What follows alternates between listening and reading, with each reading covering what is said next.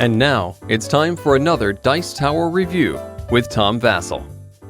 Hey folks, I am talking today about Double Mission, Beyond the Object. That's such an odd subtitle. This is a game from Korea. It's about being spies who go all over the world. I don't know if you're spies. You're stealing art or something. You're being sneaky and going all over the globe, trying to roll dice and work with other people. It's not really a cooperative game, but you can cooperate on parts of it.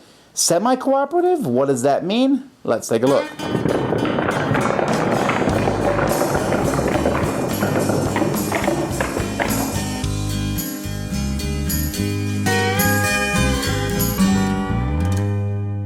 At the beginning of the game, each player is going to get a character that they're going to use over the course of the game, and each character has two different sides, so you can pick which special ability you want that character to have.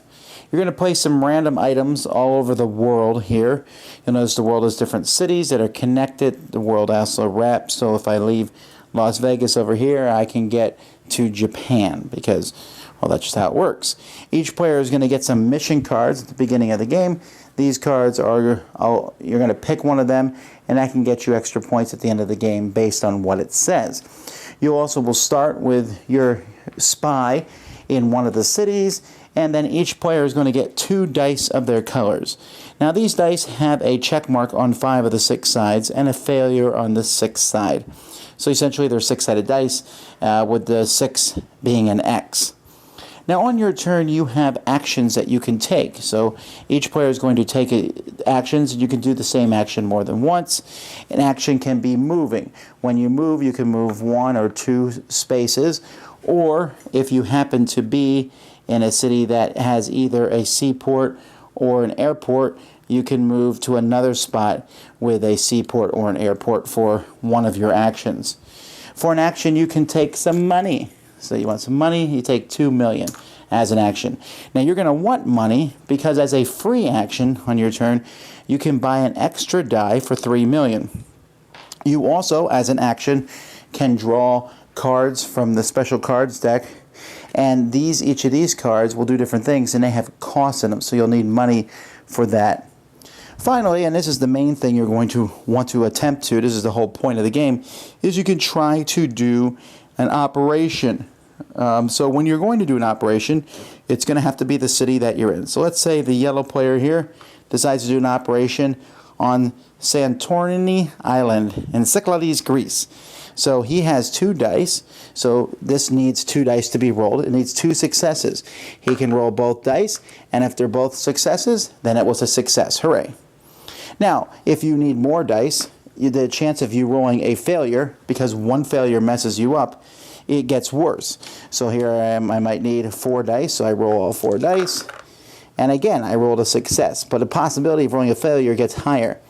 So when you're rolling dice, you can ask another player to join you, to cooperate on this venture. They would also roll dice. So let's say I wanted someone to help me. I asked the red player. The red player agrees, and so we both roll dice. Now we both failed, so the mission is a failure when looking at these dice. But if the red player had succeeded, then we would have both succeeded. Only one player needs to succeed. So asking someone to help you doubles your chance of succeeding on a mission. When you succeed on a mission, you're going to get points equal to the number of dice that you rolled that are successes. So here red would get 4 and yellow would get 3. And then whoever initiated the mission will get the treasure type that's in that city. At the end of your turn, you can quote-unquote sell treasures of one type. So let's say I had 2 greens, I could sell both of them for 7 points each, and that would then drop down here because I've sold 2 of those, and the next person to sell them would only get 4 points each. Also at the end of your turn, you can go over here and look, and if you've accomplished one of these things, you don't have to turn them in. But if I have, for example, just 2 of the pink treasures, I get the 4 points and then turn this over. Or any 5 treasures, I can take points and turn this over. Or here I have all 6 of my dice, and I take those points and turn it over. And this will continue. Now, anytime there's a successful operation, there's a round marker that's going to start on the board, depending on the number of players. Every time there's a successful operation, this moves 5 spaces this way, and when it gets all the way back to 0, the game is over. Everyone will sell any items that they have for their current price for points, and then whoever has the most points is the winner of the game. Now, first of all, I have to say that this game looks good. I like the board. It's nice and easy to see. I like the snapshots that are all put together. It looks like one of those things that obsessed people put on their walls, connecting things. And the components, the dice are really nice. There's these little file folders. I didn't show you them, but whenever you fail a mission, you get one of these file folders, and at the end of the game, you turn it over and see how many points you lose. Sometimes there's 0 on them, sometimes there's 1, 2, or 3 on them. And I like that they're little file folders. I like that the money's money, the cards are easy. The whole thing just has a good look to it.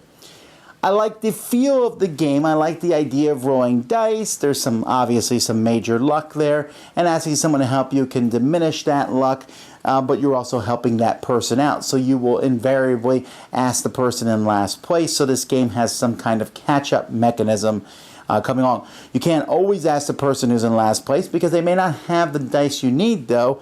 If I'm going to do a mission that requires 5 dice and Bob is the only person with 5 dice, I have to ask him. The game flows pretty well. I'm not a huge fan of moving that token backwards on the track. Why not just make a token that has a track movement? Moving it backwards just seems odd, but whatever. It's not the first game to have done that, and it probably won't be the last. But you have 4 actions. It's easy. You move, you get money, you do this, you do this, you do this. There are some problems with the game. These tokens here, these file folders I mentioned to you, that's a pretty big deal. When you get them for failing missions, that's fine. That's a acceptable thing, but I might draw 2 blanks and you might draw 2 3s for 6 points. That's a huge swing, and these are a little too lucky for me.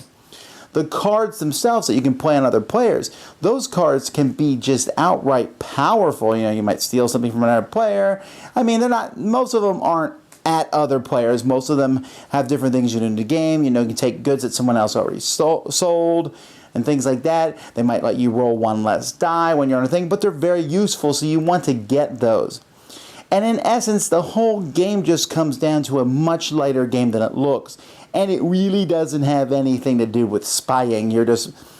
okay, I can see the spying theme a little bit as you go around, or the sneaky Catherine Zeta-Jones go into the museum and take something.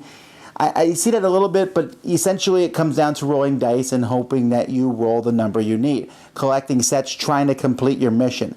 And so, taking in that vein, I did like it. Other than the folders, which I think is a problem with the game, and I wish there was a better way to deal with these. I like the rest of the game. I like getting items and then maybe holding on to get a few of them so you can sell them all at one time. Because if I get 3 green items and sell all 3, I get 21 points. If I sell them at 7, then 5, then 3, and that's a much less value. But if I wait too long, someone else might sell them, decreasing the value of all the ones that I have. I like that. I like the sort of cooperation where you ask someone else out to help you. And the game almost seems to sometimes a little bit of a mismatch between how light it plays and how the disconnect between the theme. But if you can get over that, the game only takes about half an hour, and there's some interesting ideas here. So for that, I would check it out. Dice Tower Judgment, some flaws, but still approved. Thanks so much for watching the Dice Tower videos. Find more great videos and reviews, as well as our top-rated audio podcast at Dicetower.com. You can also find other great shows at Dicetowernetwork.com. I'm Eric Summerer, and you've been watching The Dice Tower. The Dice Tower is sponsored by Cool Stuff Inc., where you can find great games for great prices. Cool stuff in stock. Check them out at CoolStuffInc.com. Shut the door!